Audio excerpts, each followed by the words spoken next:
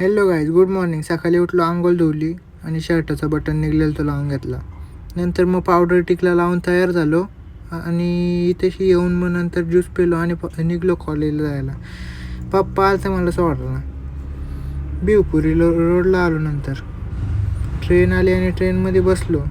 कर्जत स्टेशनला उतरलो आणि याला कोणता नवीन मित्र भेटलेला काय माहीत, त्याला गेला रस्ता दाखवायला येऊ.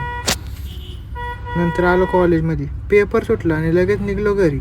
यो नाव काय कमेंटमध्ये सांगा, मला काही कळलंच नाही. नंतर मग आलो कर्जतच्या स्टेशनला यो भेटला आणि याला घेऊन डायरेक्ट चाललो घरी. भिवपुरी स्टेशनला आलो. आता चाललो चालत घरी. डंपरच थांबवला, डायरेक्ट डंपरमध्ये बसून आलो घरी आणि कपडं बदलला. असं जायचं नेरलला. वातावरण बघा कसला टॉपचं आहे. अशा वातावरणात गाडी चालवायला मजा येते खतरनाक.